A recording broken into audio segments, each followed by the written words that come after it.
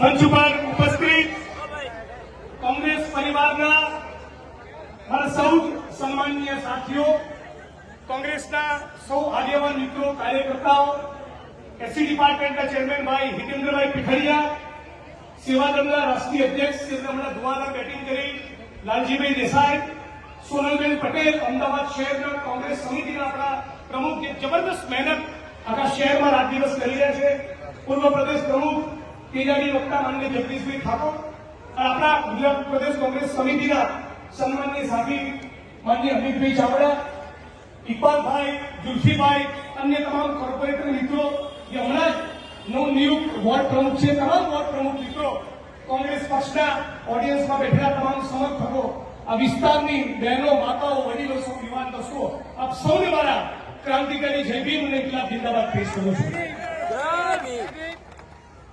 લાલજીભાઈને સાંભળતો હતો ત્યારે કવિની એક રચના, એક પંક્તિ યાદ આવતી હતી કે અકબરોની દોરી પર ચાલવાની આદત, એકાદના વિચારોમાં માનવાની આદત, ઝાઝા અમે છીએ, મુશ્કેલીઓ છે થોડી, મહેનતના છે હરેસા, ને હિંમતોની હોડી, ને સપનાને ધાર કાઢી ભોકાય એમાં વસ્તી, આ કાળ મીંડ મહેનત થાતી નથી અમસ્તી, કે પોતાની જાત બાળી ચાલે છે રાત પાળી, જો હાથ થાય કાળા તો કાલ નહીં દેખાડી.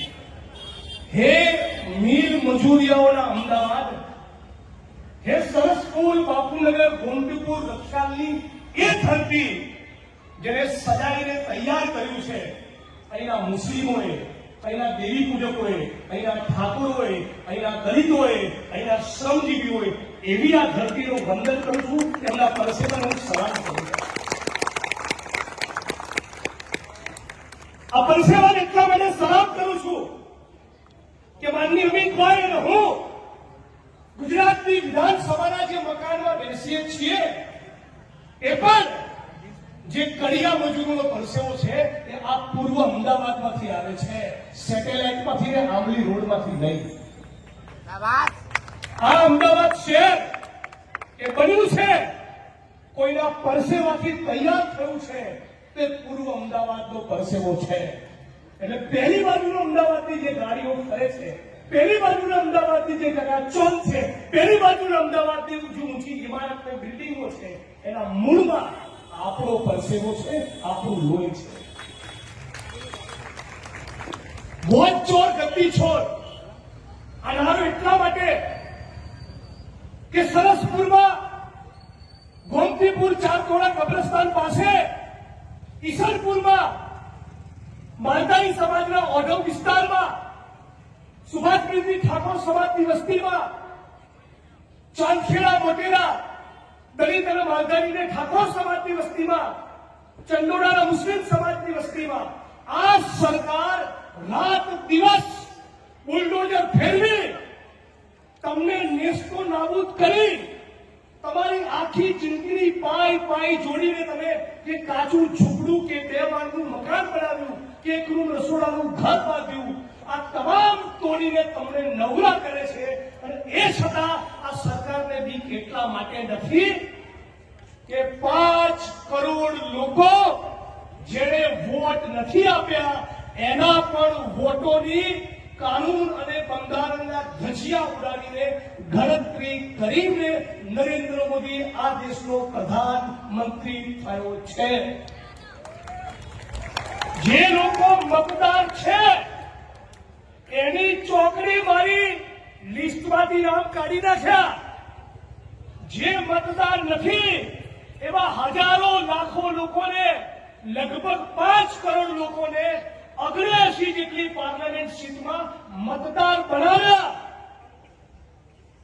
2 રૂમ રસોડાના ઘરમાં મુશ્કેલી સાથે 5-7 જણા રહેતા હોય, મજૂરિયા હોય, પ્રવાસી મજૂર હોય તો 5 ના 15 રહે, 20 રહે તો 15, 17, 20 જણા માંડ કોઈ ખોલીમાં ઘરમાં રહેતા હોય તો વોટ 15-20 આપે.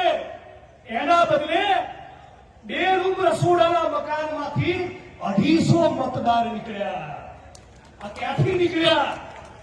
આ તમારી છાતી પર બુલડોઝર ફેરવવા માટે નીકળ્યા.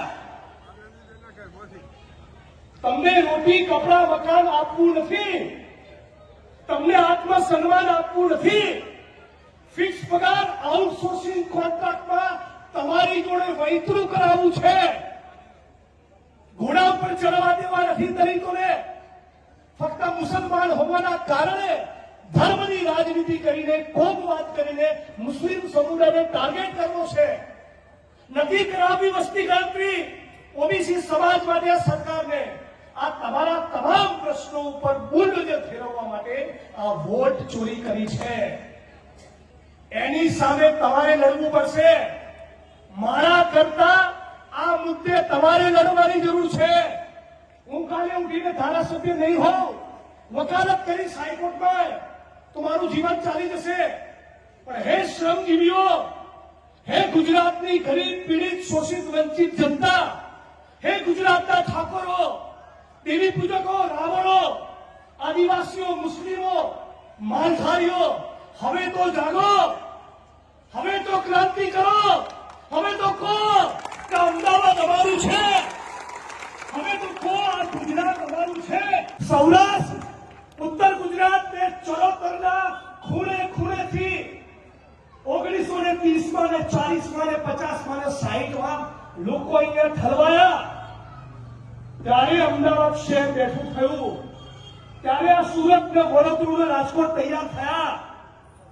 બીજા કોઈ ગ્રહ પરથી આવેલા નથી. આપણો ઈગોના ભઠ્ઠામાં આપણે, ચળતર પ્લાસ્ટરની સાઈડ ઉપર આપણે, કેમિકલની ફેક્ટરીઓમાં આપણે, આશા વર્કર બેન આપણી બેન, આંગણવાડીમાં આપણે, જીઆરસેફના જવાન આપણે, સફાઈ કામદાર આપણે, ઉદ્યોગપતિઓને ત્યાં મજૂરી કરવાના આપણે, એલઆઈડી ના જવાનો, કોન્સ્ટેબલો આપણે, પંચાયતના પટાવાળા આપણે, આખું ગુજરાત આપણું. અને સારાઓ બુલડોઝર ફેરવે. એસસી, એસટી, ઓબીસી, માઇનોરિટી, કિસાન, મજદૂર, કોન્ટ્રાક્ટ સિસ્ટમનો ભોગ બનેલા કર્મચારીઓ, આ બધા એક સુરે થાવ તો આખું ગુજરાત આપણું છે. 85-90% આપણે, અને રાજ કરે આ 15% લૂંટેરાઓ. આ ભગતસિંહનો દેશ છે. એ જાગો, ડોક્ટર બાબા સાહેબ આંબેડકરના સિપાહીઓ જાગો, ક્રાંતિ કરો. છાતી પર, પીઠ પર ગોળીને દંડો ખાવાની તૈયારી પેદા કરો. આવનારી પેઢી તમને યાદ કરશે.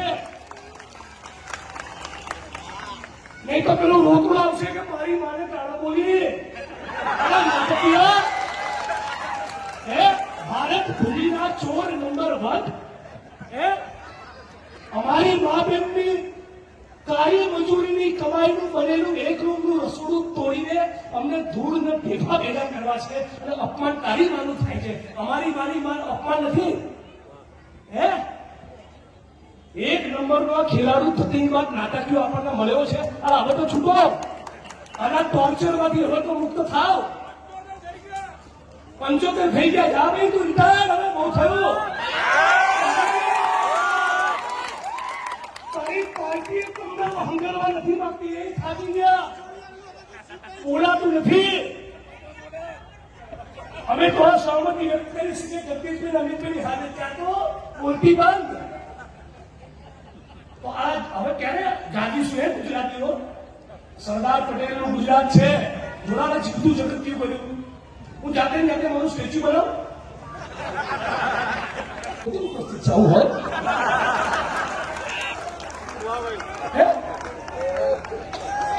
સરદાર વલ્લભભાઈ પટેલનું નામ કાઢી પોતાનું લગાડવાના હદ છે યાર. અરે કોઈ આપણું ગુજરાત ચૂપ.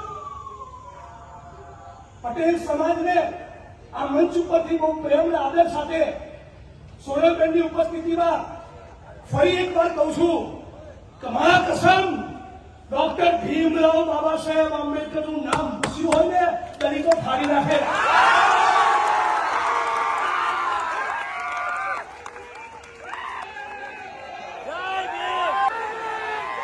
દલિતો ભાષણ ના કરે, ફાડીને ખાઈ જાય તમને.